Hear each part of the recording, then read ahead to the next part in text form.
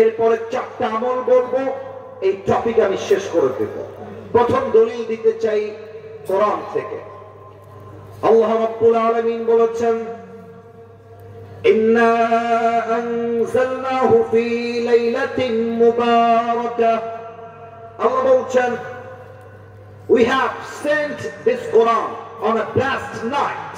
আল্লাহ তাআলা বলেছেন, আমি কোরআনটাকে নাযিল করেছি একটা বরকতপূর্ণ রাতে, ফি লাইলাতিন মুবারাকাহ, এমন একটা রাত যে রাতটা বরকত দ্বারা ভরপুর। দুররে মনসুর সহ কয়েকটা তাফসীর গ্রন্থে এসেছে এই বরকতের রাত দ্বারা উদ্দেশ্য হচ্ছে শবে বরাত, নাম্বার 1। বাকি অনেকের মতামত হচ্ছে এই রাত দ্বারা শবে বরাত উদ্দেশ্য নয়, এই রাত দ্বারা উদ্দেশ্য হচ্ছে শবে কদর। এখান থেকে আমরা একটা মতামত পেলাম, শবে বরাত বলতে একটা রাত আছে। নাম্বার 2 হাদিসটা হচ্ছে আবি মুসা আল-আশআরী রাদিয়াল্লাহু তাআলা আনহু আন্নাহু قال قال رسول الله صلى الله عليه وسلم। এই হাদিসটি বর্ণিত হয়েছে আবু মুসা আল-আশআরী থেকে। তিনি বলেন, নবীজি বলেছেন, লাইলাতুন নিসফি মিন শাবান, অর্থাৎ শবে বরাতে আল্লাহ তাআলা তার সমস্ত বান্দাদেরকে, দেখা যাক আপনারা আসলে কেমনে সুবহানাল্লাহ বলতে পারেন। আল্লাহ হাবিব বলেছেন, শবে বরাতে আল্লাহ তাআলা তার সমস্ত বান্দাকে সাধারণভাবে ক্ষমা ঘোষণা করে দেন। But there are two categories of people Allah subhanahu wa ta'ala will not forgive them on the night of Barat. দুই ধরনের ব্যক্তি আছে এমন যাদেরকে আল্লাহ তাআলা শবে বরাতেও মাফ করেন না। নাম্বার 1, ইল্লা লিমুশরিকিন আও মুশাহির। এক হচ্ছে সেই বান্দা যে আল্লাহর সঙ্গে শিরিক করে। 2 নাম্বার হলো সেই বান্দা যে বান্দা তার আত্মার ভেতরে অপর ভাইয়ের জন্য বিদ্বেষ পোষণ করে। অতএব আমাদের অন্তরে শিরিক থাকবে না, বিদ্বেষ থাকবে না। শবে বরাত আমাদের সবাইকে ক্ষমা করবে একজন। আওয়াজ দিয়ে বলেন সবাই, তিনি কে? আল্লাহ। নাও দ্য মেইন ম্যাটার, মূল কথা, আমরা এই রাতে আমল করব আসলে কি কি। আমার কাছে আমল বলার জন্য there are a lot of deeds, অনেকগুলো আছে, বাট আমি আপনাকে জাস্ট 4টা বলবো।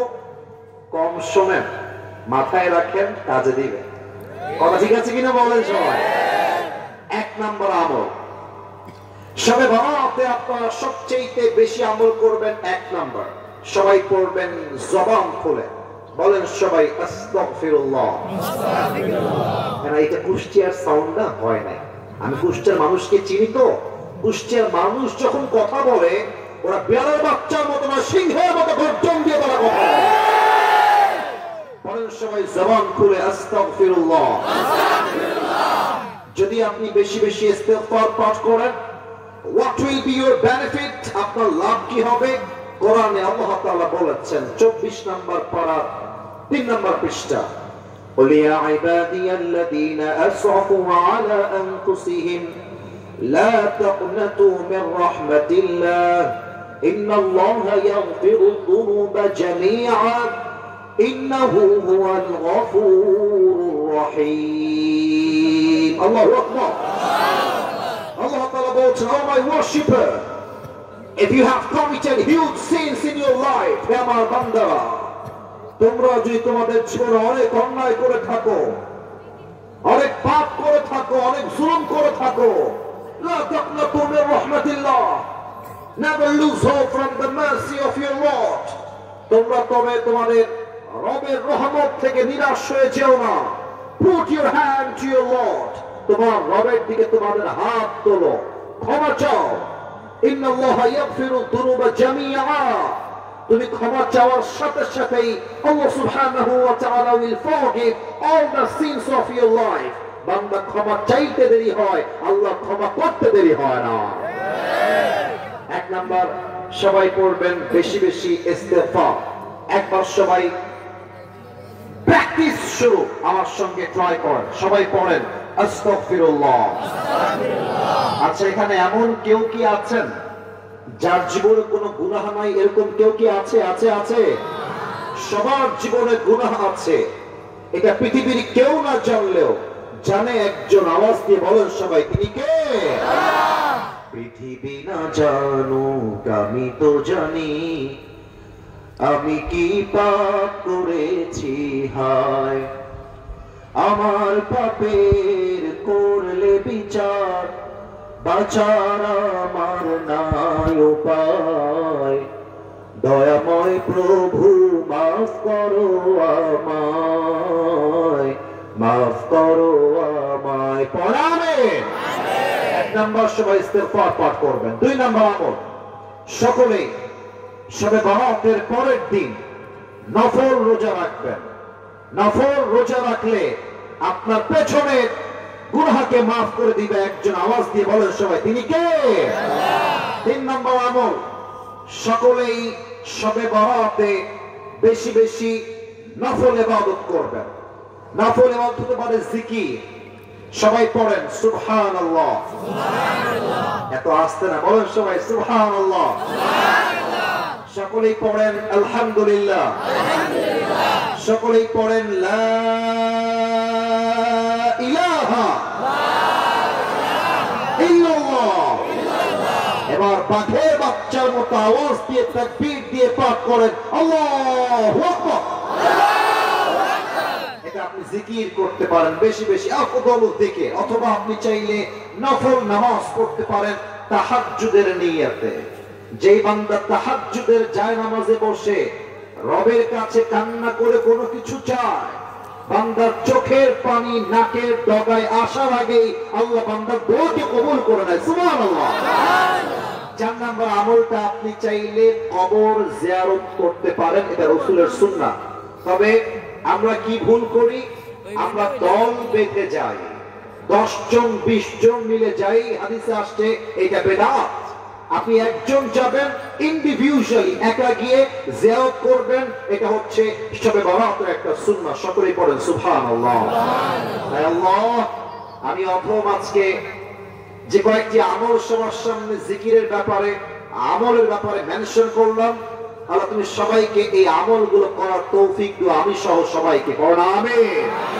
আর মাথায় রাখবেন শবে বরাত কিন্তু হালুয়া খাওয়ার রাত নয় হালুয়া রুটির রাত এটা আমাদের সমাজে ট্রেন্ড হয়ে গেছে শবে বরাত আসলে মা রুটি বানায় হালুয়া বানায় সমাজ সবাইকে দেওয়া লাগে মাথায় রাখবেন এটার কোন অস্তিত্ব হাদিসের ভাষ্য মত অনুযায়ী নাই ঠিক কিনা বলেন দুই নাম্বার শবে বরাত আসলেই মাজারে কবরে লাল শালু দেওয়া হয় লাইটিং করা হয় এটা স্পষ্ট বেদাত শবে বরাতে লাইটিং করা মাজারকে আলোকোজ্জ্বল করা লাইট দিয়ে পুরো কবরস্থান ভরে ফেলা এটা হাদিসে নেই অতএব মাথায় রাখতে হবে শবে বরাত আসছে মুক্তির জন্য বেদাতের জন্য নয় ঠিক কি না আল্লাহ সবাইকে বেদাত মুক্ত শবে বরাত পালন করার তৌফিক দান করুন পড়েন সবাই আমিন আর কোন ডানবাম কথা হবে না তাফসীর শুরু হবে ঠিক একটু পর থেকে একটা প্রশ্ন করে নেই আপনাদের বউ আছে কার কার একটু হাত তোলেন বউ আছে কাদের আপনাদের বউ আছে শীতকালে খুব মজা হয়েছে আপনারা আচ্ছা হাত নামান এবার যারা অভাগা হতভাগা কপালে কিছু নাই বউ নাই তারা হাত তুলে সিঙ্গেল করা ইন্না লিল্লাহ আপনাদের কারো বউ নাই সত্যি সত্যি আমি বিশ্বাস করি না আমি দোয়া করে দিই আল্লাহ যাদের বউ নাই সবাইকে তুমি দিনদার নেককার বউ দিয়ে দাও পড়ে সবাই আমিন অনেক বাবারাও আজকের মাহফিলে এসেছেন কি বলবো দুঃখের কথা যার জীবনে বউ নাই তার জীবনে আসলে কিছুই নাই জীবনে আমি অলওয়েজ বলি যুবকদের চরিত্র কম্বল দিয়ে ঠিক হবে না দিয়ে ঠিক হবে না যুবকদের চরিত্র ঠিক হবে একমাত্র বিয়েটা একমাত্র আব্বা বলছে না রে আব্বা বলছে আল্লাহ আমার আব্বা জানদেরকে বোঝার তৌফিক দান করে পড়েন সবাই আমিন তবে আমি তোমাদেরকে বাবাদের পক্ষ নিয়ে ছোট্ট একটা কথা বলতে চাই আমার যুবক ভাইরা আব্বা চায় মাঝে মাঝে যে আমার ছেলে বিয়ে করে হালাল জীবন যাপন করুক তবে অনেক মেয়েরা আজকের মাহফিলে এসেছেন উইথ ডিউ রেসপেক্ট আমি আবার বলছি I don't measure everyone equally. আমি সব মেয়েকে এক পাল্লায় মাপি না।